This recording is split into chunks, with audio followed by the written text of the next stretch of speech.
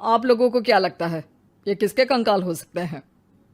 अरे साहब, हमें क्या पता ये किसके कंकाल है। आप ही लोग पता लगाइए। हम लोग तो बहुत ज़्यादा डरे हुए हैं। हाँ हाँ, हमारी फॉरेंसिक टीम अभी आ रही है। ये बताओ कि इस गांव के रहने वाला कोई जोड़ा गायब तो नहीं ना? क्योंकि शुरुआती जांच में तो ये बात सामने आ रही है कि एक कंकाल किसी पुरुष का है तो एक किसी महिला का। साहब, हमें तो बहुत डर लग रहा है। ऐसे कंकाल मिलने का मतलब गांव के आसपास ही किसी की हत्या हुई है या फिर किसी को जलाकर मार डाला गया है।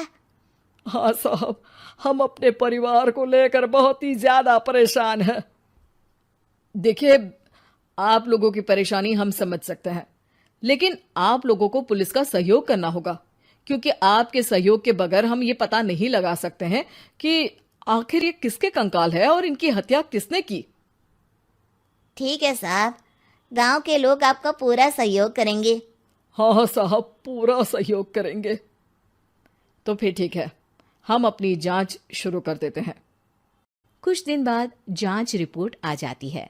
पता चलता है कि ये कंकाल करीब 20 साल पुराने हैं, यानी 20 साल पहले किसी जोड़े की हत्या कर शव को यहाँ पर दबा दिया गया था।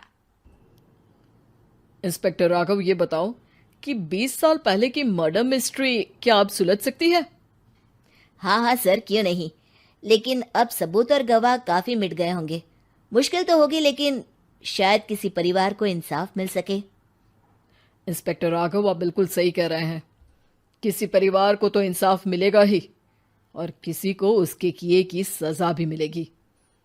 जी सर, मैंने तो जांच शुरू भी कर दी है। 20 साल पहले इस गांव के दो जोड़े अचानक कहीं गायब हो गए थे। मैंने दोनों ही परिवारों के बाकी के सदस्यों से बातचीत शुरू की तो उन्होंने बताया कि उनके बच्चे शहर गए थे, लेकिन आज तक वापस नहीं लौटे हैं। लेकिन ये दोनों शव किस परिवार के सदस्यों के हैं, ये कैसे पता चल सकेगा? सर, मैंने डीएनए टेस्ट करवा लिया है। आज शाम तक इसकी रिपोर्ट भी आ जाएगी। अच्छा अच्छा, ठीक है। उसी शाम को सर, डीएनए रिपोर्ट के मुताबिक ये दोनों ही लाशें चौरा गांव के रहने वाले प्रधान सुल्तान सिंह के बेटे और बहू की है। लेकिन इनकी हत्याएं किसने की है, ये कैसे पता लगेगा? इसी का तो पता लगाने की कोशिश में जुटा हूं सर। आज सुल्तान सिंह से मिलने भी जा रहा हूं। मेरा बेटा और बहू तो मेरे लिए सिर्फ यादों में ही रह गए थे। हमें उनकी लाशें तक नहीं मिल सकी थी। आज 20 साल बाद उनके कंकाल मिले हैं। मैं अब किसके लिए जीऊं?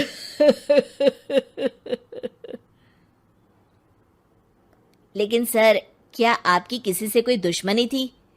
अपने बेटे बहू की हत्या के लिए आप किसे जिम्मेदार मान रहे हैं? अब मैं किसका नाम बोलूं? मेरी तो किसी से दुश्मनी नहीं थी। बस मेरे बेटे बहू को कोई वापस ला पाता।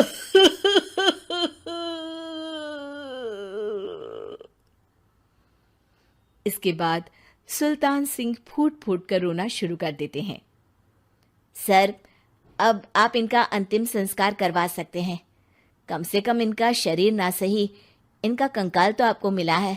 लेकिन हाँ, अगर आपको कुछ भी याद आए तो जरूर बताइएगा। मेरी तो बेटा अब उम्र हो गई है, लेकिन मेरे बेटे और बहू के हत्यारों का जरूर पता लगाइएगा, क्योंकि जब तक हत्यारे पकड़े नहीं जाएंगे मेरा मन नहीं मानेगा। सर, हमारी पूरी कोशिश रहेगी हत्यारे को पकड़ने की। लेकिन एक बात बताइए, उस वक्त आपको किस पर शक गया था? उस वक्त मेरे एक ड्राइवर को पकड़ा गया था, लेकिन सबूतों के अभाव में उसे छोड़ दिया गया था। अच्छा, और ड्राइवर पर कैसे शक हुआ था? क्योंकि उस दिन ड्राइवर छुट्टी पर था। उस समय लेकिन लाश क्यों नहीं मिल सकी थी? उस वक्त पुलिस ने बहुत कोशिश की थी, लेकिन दोनों की डेड बॉडी नहीं मिल सकी थी। ठीक है, हमारी तफ्तीश चल रही है, मैं फिर आऊंगा। इसके बाद इंस्पेक्टर वहां से चला जाता है और सुल्तान सिंह अपने बेटे और बहू की याद में खो जाते हैं। कुछ दिन बाद सुल्तान सर, एक बात बताइए, जब आपके बेटे बहू की हत्या हुई थी, उसी के आसपास आपके ही गांव का रहने वाला एक और जोड़ा उसी वक्त गायब हो गया था ना? हाँ सर, अलका और अभिषेक, वो भी मेरे बच्चों जैसे ही थे। तो फिर वो कहाँ है? उनका भी आज तक पता नहीं चल सका, लेकिन बताते हैं कि कुछ साल पहले अभिषेक को गांव के ही किसी आदमी ने मुंबई में देखा था, लेकिन फिर वो गायब हो गया। यानी अभिषेक और अलका की हत्या नहीं हुई थी, बल्कि उन्होंने किसी वजह से खुद ही गांव छोड़ दिया था। हाँ हाँ, हो सकता है, क्योंकि अभिषेक मेरे बेटे संतोष का अच्छा दोस्त था और उसका मेरे घर भी आना जाना लगा रहता था। हो सकता है कि उसने मेरे बेटे और बहू के बारे में सुन लिया हो और ये गांव छोड़ दिया हो सकता है। उनके परिवार का कोई अब नहीं रहता क्या इस गांव में? अब तो कोई नहीं रहता। एक चाचा थे, लेकिन उन्होंने भी अपना पुश्तैनी मकान बेच दिया है। वो भी अब कहीं शहर में ही बस गए हैं। ओह, अभिषेक और अलका के बारे में भी पता लगाना होगा। हो सकता है कि वही इस हत्या के बारे में कुछ बता सके। हो तो सकता है, लेकिन वो बेचारे तो खुद ही वक्त के मारे थे, वो क्या बताएंगे। फिर भी सर, जब केस दोबारा खुला है तो जांच तो करनी ही पड़ेगी, और इस बार तो लाशें भी बरामद हुई है। कुछ दिन तक लगातार तफ्तीश चलती रही। एक दिन थाने से सुल्तान सिंह को फोन आता है। हाँ, कौन बोल रहा है? सर, मैं कांस्टेबल तुलाराम बोल रहा हूँ थाने से। आपको थाने आना पड़ेगा। थाने? लेकिन क्यों? सर, किसी की पहचान करवानी है। अच्छा ठीक है, मैं दोपहर तक पहुंचता हूँ। सुल्तान सिंह दोपहर में थाने पहुंचता है। कई पुलिस के अधिकारी वहां मौजूद रहते हैं। सर, आपके बेटे की हत्या का रहस्य आज शायद सुलझ जाए। अच्छा इंस्पेक्टर राघव, पर वो कैसे? सर, उस आदमी को देखिए, क्या वही अभिषेक है? सुल्तान सिंह की आंखों में हैरानी से आंसू आ जाते हैं। हाँ सर, यही अभिषेक है। ये आपको कहाँ से मिला? सिर्फ अभिषेक ही नहीं, बल्कि इसकी पत्नी अलका भी इसके साथ है। मैडम, जरा अभिषेक की पत्नी को लाइए। जैसे ही अलका को पेश किया जाता है, सुल्तान सिंह जमीन पर गिर जाते हैं। सुल्तान सर, क्या हुआ आपको? आप अलका को देखकर गिर क्यों गए? सुल्तान सिंह सर पकड़कर बैठ जाते हैं। ये अलका नहीं, बल्कि ये तो मेरी बहू रितु है।